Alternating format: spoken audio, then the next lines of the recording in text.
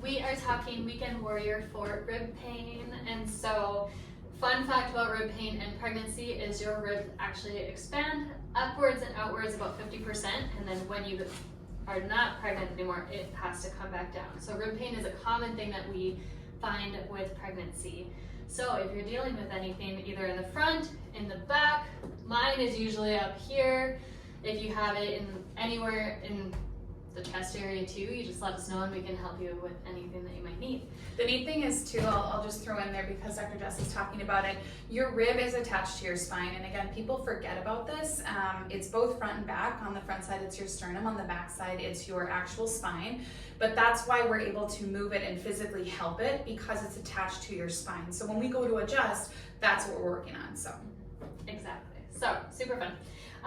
First exercise that we're going to get you to do at home is going with your Pilates ball. So if you are pregnant, we just want to be mindful that we're not in this position for too long. You can also go to the wall if you need for a little less pressure type of thing. But I'm going to demonstrate on the table here. And so placing your ball on the floor and placing it wherever you might need. If you're pregnant, we want you to roll onto it from your side and then down, and then you're just gonna goal post up and over top, so it feels super amazing.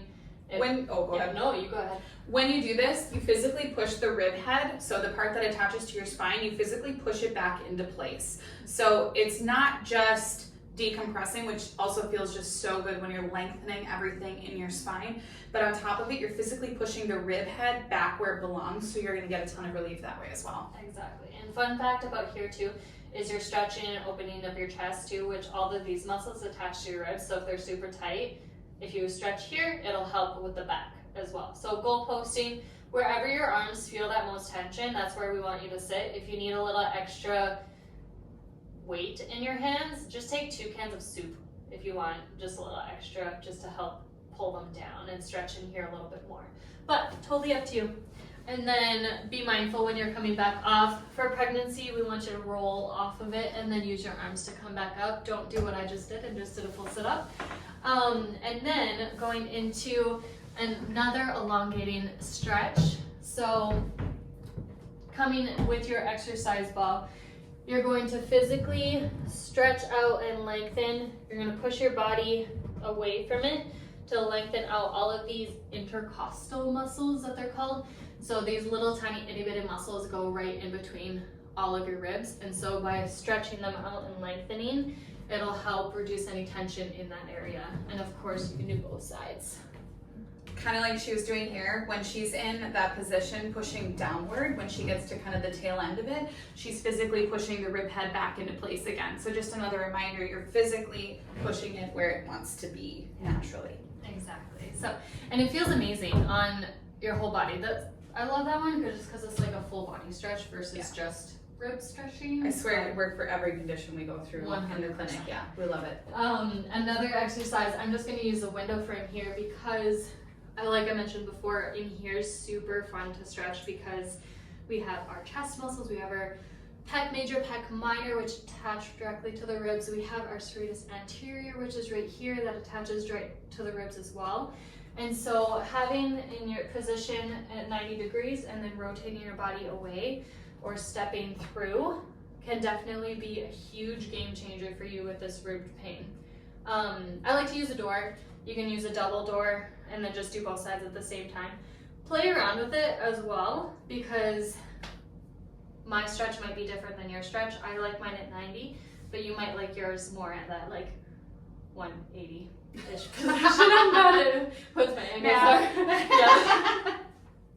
And then another really good stretch that I love, which I just thought of, which I do frequently, is kind of the same thing as the exercise ball, but I'm gonna kind of do an angle so you can see. Arms are gonna be up and you're just gonna sink right through. This is another way that you can just have your elbows in a little bit deeper stretch into that area. And this is stretching all the way through your latissimus dorsi as well as your serratus anterior in this muscles area, attaching directly to the ribs. So, and you do get a little bit deeper stretch, specifically almost through that CT junction, which is where your cervical spine turns into your thoracic. right where your upper ribs start. So what she's doing there, this one is different than when you're on the ball, which is really nice. Yeah. It just feels glorious. It does feel glorious. So for activation purposes. Yeah, so we love waking some of this stuff up. You don't have to go crazy, but activation in conjunction with mobilization, which is the adjusting component, and then stretching, they're all three the things that are going to make you feel better. So with activation, this one's pretty taut. You can have a very light band if you want. You can even have one that's cut and just hold the pieces. So sometimes you'll have the ones that are just long. You can just grab them. But in this case, I'm gonna have the band here. What you wanna do is bring it out just a smidge, so you're really activating everything on the back side. So right now when I do that, I'm feeling it right through here, which again is where those ribs attach. You're gonna activate, and then you're gonna row, okay? So you don't have to be crazy with this. It's not a matter of gaining a ton of strength. It's more about waking the muscle tissue up, just really allowing it to activate, to lengthen while you're also using it. So it's the type of movement that can fatigue the muscle. And again, it's not a matter of strengthening, but it is a matter of fatiguing a little bit, because then when you go to lengthen it, stretch it, adjust it, you tend to get more mobility, which only aids in how you feel. Again, this one's pretty taut, but that's all you have to do. It feels incredible. Another thing you can do, and you don't have to be on a wall or in any particular place, but you can retract. So these are my two favorite movements, is rowing with rib and retraction, which is like this. So it's gonna get, again, this upper back portion, but you retract and then you row. You could do this with a band as well. So if you wanted to have a band here, activate by pulling out, come up, come down, and row. And do that on repeat. It'll aid in all the stretching that you're gonna be doing. Now we're gonna get into adjusting, and then after that I'm gonna tape, which is really, really fun. So stay tuned for that, because that is really, really fun. Okay, the adjusting part, we almost always exclusively use a board. Sometimes, if we absolutely have to, we will have a patient face down. Even with the belly, because of our amazing pillows, they can be face down. We can use what's called a drop piece. Sometimes we will use that. I can show you just, I guess, real quickly what that would look like.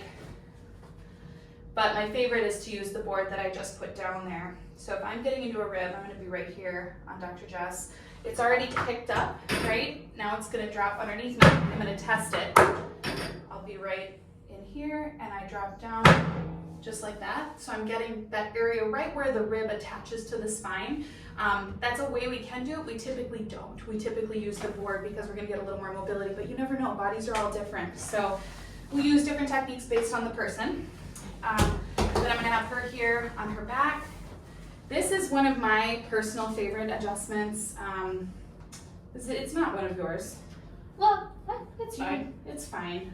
So we just I have real rib stuff from old injuries, so I personally love this. And as you can see, my job all day long is forward. I'm pulled forward.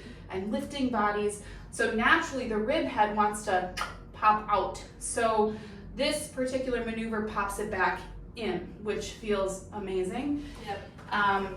I will say this is my more favorite one. Versus the when you were face down. I like both. Oh, okay. But yeah, I like rib adjustments better than spine adjustments. So I'm gonna be out on her rib, again, where it attaches to the spine, and it usually sticks out like a sore thumb. Hers really aren't that bad, so what I'm gonna do is just move through it lightly, because I don't need to go crazy. In fact, with most bodies, I mean, we're just listening to what the body is telling us, so usually it doesn't need a lot of force, especially with ribs, which is really nice. So we'll come in here, my hand is right under her rib head, I'm just impulsing lightly like that, and then coming back up and just checking on her, right? So that's how the whole thing goes. We talk our way through it, and oftentimes, I'm not going to impulse on this one, but if I'm working on a super high rib up here, I might be moving with her body and talking to her as I'm doing it. So almost working on some of the muscle tissue without even realizing I'm doing it, but really helping her to relax. Again, having that conversation while we're doing it. And it truly feels amazing. It does. Like it feels like just gentle movement, which is really wonderful. So. Yep. Now we're gonna tape. Yeah. Do you want me to face down? Yeah, let's do face down. So we can tape both front and back. With pregnancy, typically, again, a patient would be face down in our pregnancy pillow, but for all intents and purposes, we're just gonna be here today. I'm gonna go at her lower ribs because again, your ribs are way down here, but they're also way up here. So you can kind of pick and choose based on what the patient is dealing with. With pregnancy, because of that expansion that Dr. Jess talked about, we typically see most of the rib stuff right in here, kind of in that lower region.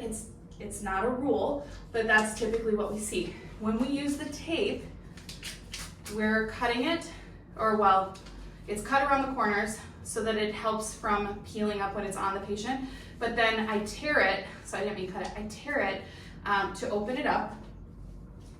I take the backing off, and what I typically do for rib is I follow the line of the rib. So if I'm taping on the front side for women, I'm going to start here and kind of swoop down. For Dr. Jess, because I'm on the back side, I'm gonna start where the rib head kind of starts here, and I'm gonna swoop down and follow the rib.